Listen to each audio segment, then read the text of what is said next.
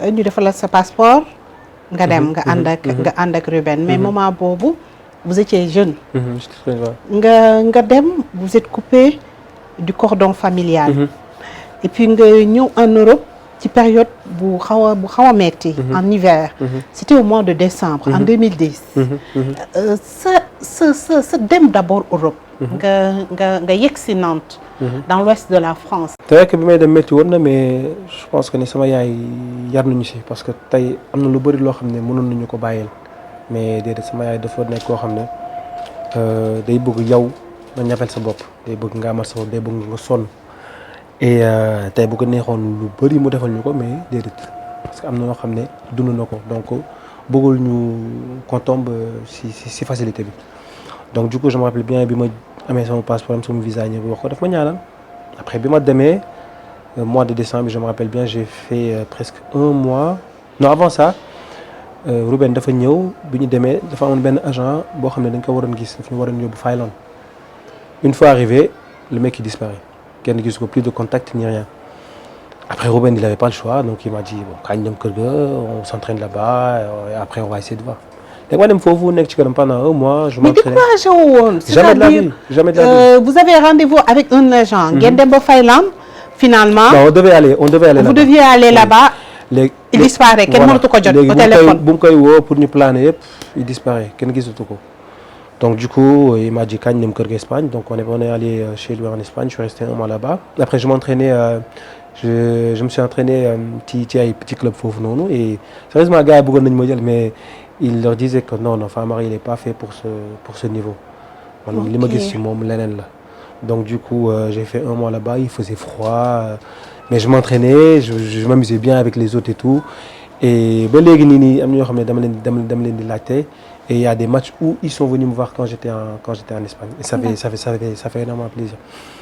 après ma jógee foofu lors d'un entraînement ci la Alain Merchadier ñëw. C'était l'ami de Ruben. Ouais. Alain Merchadier, c'était un recruteur qui était à Nantes. ñëw gis ma ne ma léegi na ñëw 2 semaines ñu xool ko Nantes.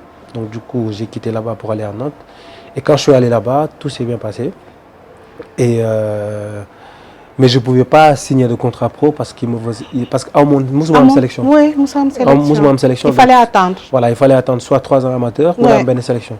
donc du coup on a réglé on a essayé de gérer et tout ñëwoon naa ba fii je me rappelle bien je devais aller aux États-Unis jouer contre le Mexique defaroon visa yëpp mais je pouvais pas y aller parce que j'avais pas de club donc du coup ils m'ont recalé.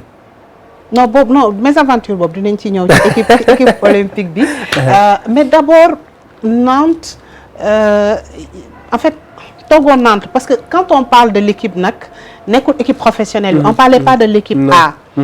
mais peut-être l'équipe A prime. oui ñooñu nga doon entraîner. avec la réserve. mais entre-temps aussi yaa ngi dem. ci yeneen localité toujours ci France. non à Nantes bi ma ñëwee j'ai fait 1 an là-bas léegi 1 an yi xaar ma expliquer.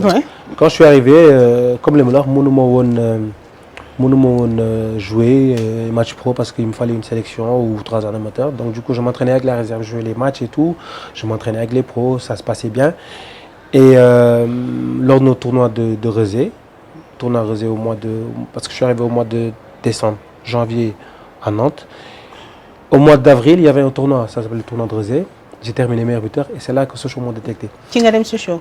voilà c'est là que je suis parti. wala Famara je suis parti à Sochaux. waaw. après ci nga dem Sochaux. nga dem Sochaux. continuer même problème mais eux ils me proposaient mieux parce que ils avaient un cas similaire Pape Demba Camara c'était pareil il pouvait pas et à la fin il a eu sa sélection donc du coup ils m'ont convaincu que su ma ñëwee dinaa ko am donc c'est là que j'ai quitté Nantes ils voulaient pas que je parte mais je me suis dit je vais y aller parce que je suis là je m'entraîne je fais tout j'ai pas de salaire j'ai rien awma sax nampaay boo xam ne tey jii nii weer bu deewee di nga ci mën a yónnee sa kii wala nga. amoo woon dara c'était compliqué non c'était amoo woon dara. yow daal yaa ngi entraîné oui maa ngi doon entraîné et tout et après je me suis dit aujourd'hui si je me blesse man maay ñàkk donc à un moment donné j'ai parlé avec Sochaux ils m'ont ñu wax ma lu leer et du coup je suis allé là-bas et quand je suis allé là-bas c'était le même cas mais bon je me suis pas découragé et eux aussi jàppale nañu bu baax Après, ils m'ont prêté pendant 3 ans en amateur. waaw. Et derrière ces 3 ans, après, ci la am sama sélection, après ci la ñëw ak Arbi. D'accord. Voilà. alors ñoom ñoo la prêté Gazélec. après nga jógee Gazélec. Ils m'ont prêté à Belfort. Belfort d'abord. Après Épinal. Épinal après nga soog a dem Gazélec. Épinal, oui, je suis parti Ouais. à Épinal.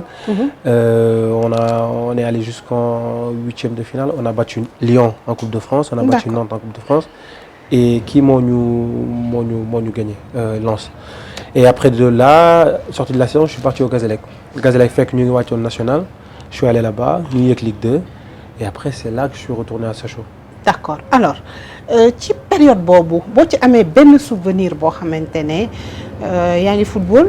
yaa ngi espérer. yaa ngi bëgg nga un contrat professionnel qui va te permettre nga am beneen bon boo def. bëgg nga aussi dem fi nga xamante ne moom mooy équipe nationale. vous êtes un Sénégalais c'est tout à fait normal ci période yu métti yooyu boo amee benn souvenir boo ñu si nettali ban lay nekk. man mosuma découragé parce que je me suis dit que ne tant que yaa ngi football rek mën nga wane sa bopp.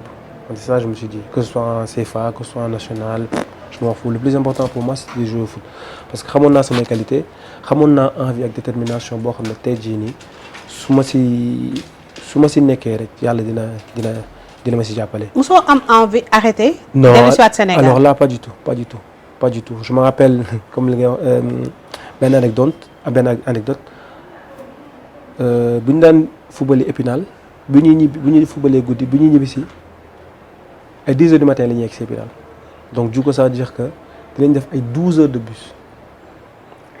bus pour ñëw lendemain bi ay 10 heures 11 heures ngay dugg sa biir kër pour noppalu pour sur lendemain bi nga entraîner.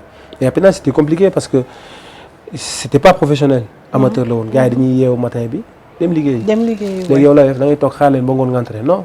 donc je me prenais en main damay dem entraîner soit ma footing wala ma daw wala ay Cheikh Ndoye moom xam na Épinal c'était trop compliqué mais eux ils avaient benn détermination boo xam ne bàyyi nañ fa seen benn empreinte donc man tamit mënu ma woon ñëw foofu noonu def lu ma neex donc du coup c'est là que j'ai. le matin fan nga daan entraîner wu donc. ma daan entraîner c'est soit ma dawi wala ma dem salle wala ma dem si terrain yi je faisais mes propres trucs parce que xaw ma woon amoon préparation physique et demee wu comme léegi.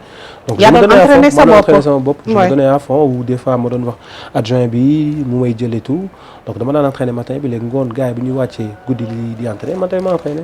d'accord donc ñoom bu ñu amee benn mënoon naa ñaar. d'accord. Voilà.